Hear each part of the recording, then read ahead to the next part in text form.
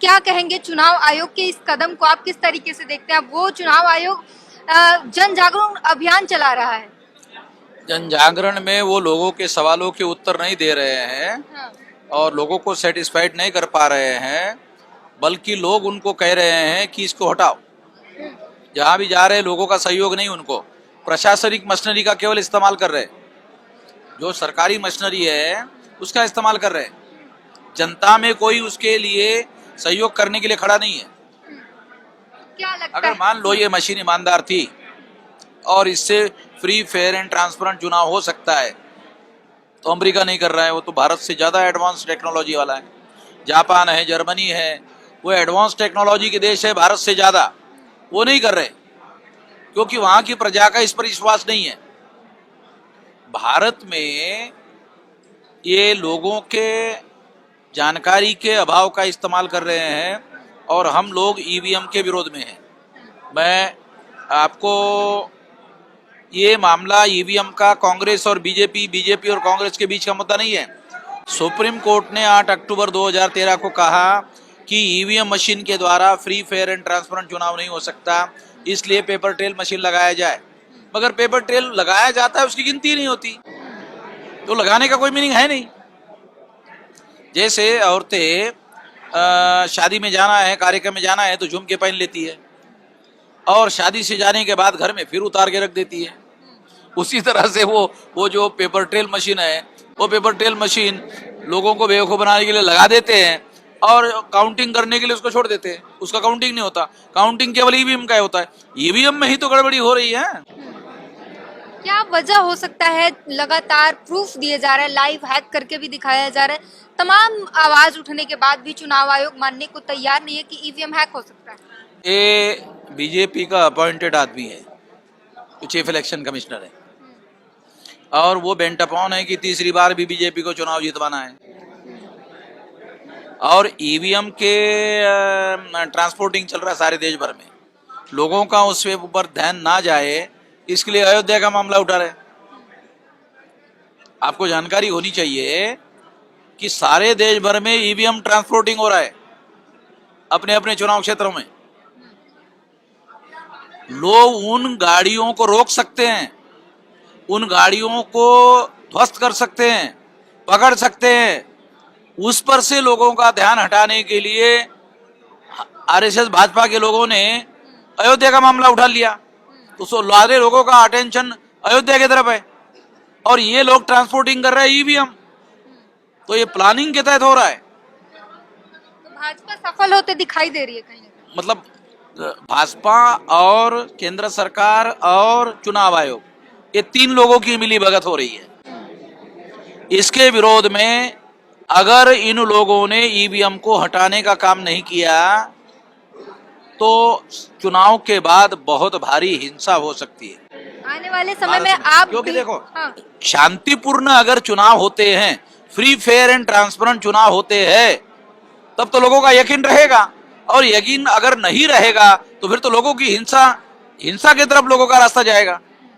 अगर शांतिपूर्ण तरीके से परिवर्तन होता है तो फिर तो लोग मानेंगे, और अगर शांतिपूर्ण तरीके के चुनाव के विरोध में ईवीएम का इस्तेमाल होता है तो लोग हिंसा पर उतारू हो सकते हैं। मैं चुनाव आयोग को ये इशारा देना चाहता हूं कि ईवीएम जबरदस्ती थोपने का काम कर रहे हो, जनता नहीं मान रही है।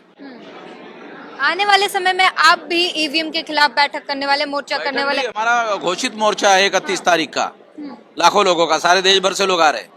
सरकार इतनी डरी हुई है कि कई राज्यों की गाड़ियां बंद करने का ऐलान कर दिया। आपको पता है, रेलगाड़ियां बंद करने का ऑर्डर निकाला। 28 तारीख से रेल बंद है दिल्ली आने वाली। इस मोर्चे का असर है? मोर्चा का असर है। दूसरा तो कोई काम दिख नहीं रहा है। मान लो अयोध्या में मंदिर बनाना है तो वहां ज्यादा गाड़ियां जोड़ रहे और लोगों के फ्री ऑफ कॉस्ट जाने की भी व्यवस्था कर रहे।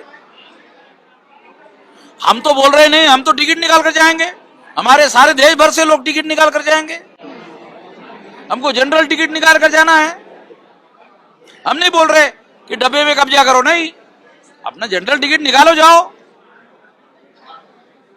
एक सवाल उठने लगा है कि लोकसभा चुनाव में ज्यादा समय बाकी नहीं रह गया है और हर एक दिन करके वो दिन बीतता ही जा रहा है और करीब आता जा रहा है। ऐसे में बेहद करीब चुनाव है, इतनी जल्दी, जहां आप बता रहे हैं कि ईवीएम का ट्रांसपोर्टेशन भी शुरू हो चुका है, तो इस बीच में इतना जल्दी ईवीएम बैन हो पाना संभव है? देखो, बैलेट पेपर से चुनाव करवाने का मामला आपको पता है कैसे होता है? आपको जानकारी है? सारे कैंडिडेट का फॉर्म घोषित होने के बाद फिर छपाई के लिए जाता है। तो पूर्व में पर्चे छपा के नहीं रखे जाते।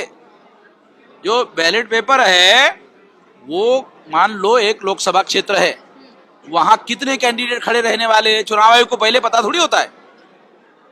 जब तक वो पूरा फॉर्म अगर क्लियर हो गया उसके बाद छपाई का ऑर्डर होता है। और इसके पहले हमारे देश ने इसी तरह से कई चुनाव किया है, इसलिए ये समस्या नहीं है। ईवीएम से करना है तो 6 महीने पहले से करना पड़ता है। ईवीएम मशीन बनाने के लिए 6 महीने ऑर्डर देना पड़ेगा। फिर एक सेंटर पर मशीन बनाने के बाद सारे देश भर में ट्रांसपोर्टिंग करना पड़ेगा और हर बूथ लेवल पर ट्रांसफर करना पड़ेगा। वो बूथ फिक्स हो गए हैं, वहां तक जाना पड़ेगा। वो ट्रांसपोर्टिंग शुरू है।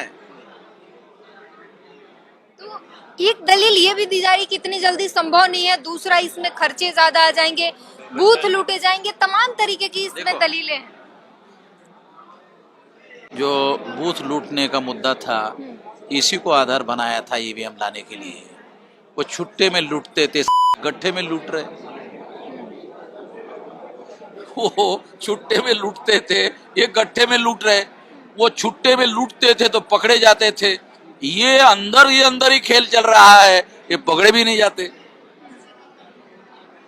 ये मशीन के अंदर ही अंदर खेल कर रहे, रिमोट से चल रहा है ना ये सारा खेल। टेक्नोलॉजी है ना। देखो, टेक्नोलॉजी के लिए आपको वहां बूथ सेंटर पर गुंडागर्दी, अभी आपने कभी सोची गुंडागर्दी कम कैसे हो गई, एकाएक खत्म कैसे हो गई? क्योंकि गुंडागर्दी के बजाय ईवीएम काम करना शुरू कर दिया, टेक्नोलॉजी ने काम करना शुरू कर दिया। इसलिए बूथ पर गुंडे को जाने की जरूरत ही नहीं है। वो घर में बैठे बैठे ही वो ईवीएम का मामला कर रहा है। चुनाव आयोग उसमें शामिल है। क्यों? उसका मशीन का कोड नंबर होता है। जब तक मशीन का कोड नंबर बाहर आदमी को ना जानकारी हो उसका डाटा चेंज नहीं हो सकता। तो चुनाव आयोग उसमें शामिल है। एक आखिरी सवाल सर, कि एक नारा लग रहा है कि या तो ईवीएम बैन कर दिया जाए वरना इस बार चुनाव का बहिष्कार किया जाएगा। क्या लगता है, ईवीएम बैन हो जाएगा? बहिष्कार करना उपाय नहीं है, उससे ज्यादा मजबूत उपाय निकालना पड़ेगा। क्या उपाय हो सकता है? तो अभी हम लोग उचित समय पर बताएंगे। पहले ये मोर्चा करेंगे उसके बाद